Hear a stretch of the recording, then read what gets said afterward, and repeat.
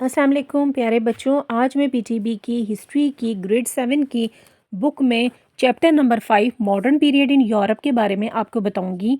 इसमें जो हमारे पास टॉपिक है जो हम स्टडी करेंगे रेनेसेंस एंड एनलाइटमेंट के बारे में बताया गया है।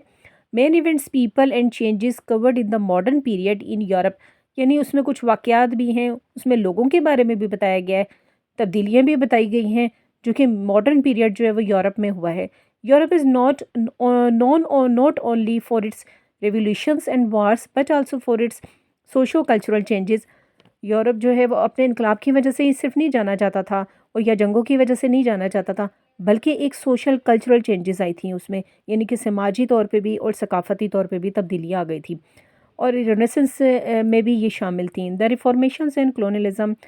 और इसमें इस्लाह की भी मामलात को बताए गए थे और इसमें जो चीज़ें सही नहीं थी उनके बारे में बताया गया था और हिकमत अमली तय की गई थी। The effects of these changes can still be seen in the world today. और वही तमाम जो तब्दीलियाँ हैं वो आज की दुनिया में देखी जा सकती हैं।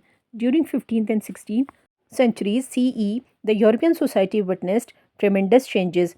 15वीं और 16वीं सदी के दरमियान तो यूरोपियन जो सोसाइटी थी, जो यूरोपियन जो माशरा था, उसने एक शानदार तब्दीलियाँ की थी। The beginning of renaissance developed enquiring spirit and scientific outlook among the Europeans.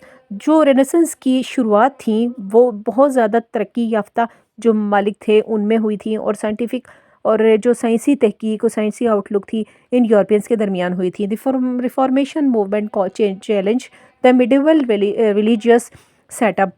तो रिफॉर्मेशंस जो थी, इनकलाब जो थे, इनकलाब की जो तहरीक थी, उन्होंने चैलेंज किया कुरून वस्ता को, मिडिवल रिलीजियस सेटअप को, यानी कि जो रेनेसेंस है इससे पहले मिडिवल रिलीजन थी उसके सेटअप को चैलेंज किया कि ऐसा सेटअप नहीं होना चाहिए। क्योंकि सबसे पहले स्टूडेंट्स, आपको मालूम है कि डार्क एजेस थे और फिर उसके बाद मिडिवल एजेस थे, फिर उसके बाद मॉडर्न पीरियड पूरे यूरोप में स्टार्ट हो गया था। The age of enlightenment was the age of reasons and science. ये जो रोशन खाली की एज थी, यानी कि इनका जो टाइम पीरियड था वो एक रीज़न और साइंस का टाइम पीरियड था। It enhance the thought of artist, और वो आर्टिस्ट की सोच थी, साइंटिस्ट थी। During this age there was a growth individualism. और रेनेसेंस को हम ह्यूमनिज्म के तौर पे भी मानते हैं, क्योंकि हर एक बंदे की एक अलग सोच थी, अलग उनकी थिंकिंग थी, और उनका इसी वजह से उसको ह्यूमनिज्म कहा जाता है। The French revolutions of 1789 C overthrew the ancient regime the medieval absolutism from France. और जो फ्रेंच रिवोल्यूशन थी, फ्रांस की जो रिवोल्यूशन थी 1789 सेंचुरी में, उसने एंशियंट जो हुकूमत थी, जो पुरानी हुकूमत थी, मिडिवल एब्सोल्यूटिज्म जो है फ्रांस से, उसको ख़त्म कर दिया था। फिर उसके बाद हाँ ये रेनेसेंस जो है इसकी आई थी। It champion the cause of liberty, equality and fraternity.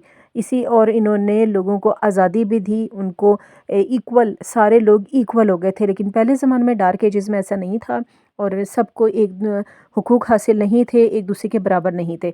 अब इसके बाद द रेनेसेंस इन यूरोप, यानी कि यूरोप में रेनेसेंस कब हुआ और कैसे हुआ और रेनेसेंस की मीनिंग क्या है, इसके बारे में हम जानते हैं। द रेनेसेंस मीन्स रीबर्थ और रिवाइवल।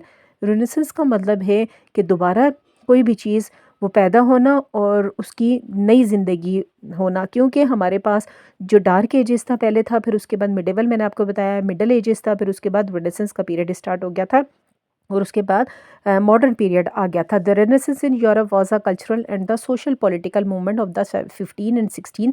यानी जो रेनेसेंस था यूरोप में वो सकाफती भी और सरगर्म जो समाजी सियासी जो तहरीक है 15वीं और 16वीं सेंचुरी में, उसके दौरान ये टाइम पीरियड उजागर हुआ था। It stress the discoveries of text and ideas. और फिर टेक्स्ट और मुख्तलिफ़ ख़यालात जो थे क्लासिकल एंटीक्विटी अखलाकियात से मुतालिक, वो तमाम इस रेनेसेंस के पीरियड में शामिल था।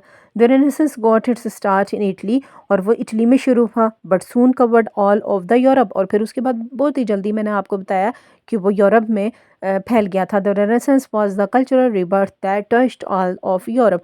फिर रेनेसेंस जो है वो एक सकाफती रीबर्थ थी, यानी कि दोबारा पैदा हुआ सकाफत, हर बंदे को हर एक जो है वो हुकूक हासिल थे। It's saw revolutions in thinking, और फिर इनकलाब था वो सोचने का, साइंस का, आर्ट का, और as well as world exploration का। اور دنیا کو ایکسپلور کرنے کے بارے میں، دنیا کو بتانے کے بارے میں کہ دنیا میں کیا ہو رہا ہے کیا نہیں ہو رہا ہے. These was the time of Leonardo da Vinci, Michelangelo and raffle. اور ویسے تو 5-6 اور لوگ ہیں جن کے نام اس میں رینیسنس کے پیریڈ میں بہت اہمیت کے حامل ہیں، لیکن یہ جو 3 نام ہیں Leonardo da Vinci, Michelangelo and Raphael جو ہے وہ بہت زیادہ امپورٹنس رکھتے ہیں. Putting the end of the medieval age, یعنی کہ جو درمیان کا پیریڈ تھا اس کے اختتام پر the renaissance marked the transitions from middle ages to the modern ages. اب رینیسنس جو ہے انہوں نے ان کی جو ہے وہ منتقلی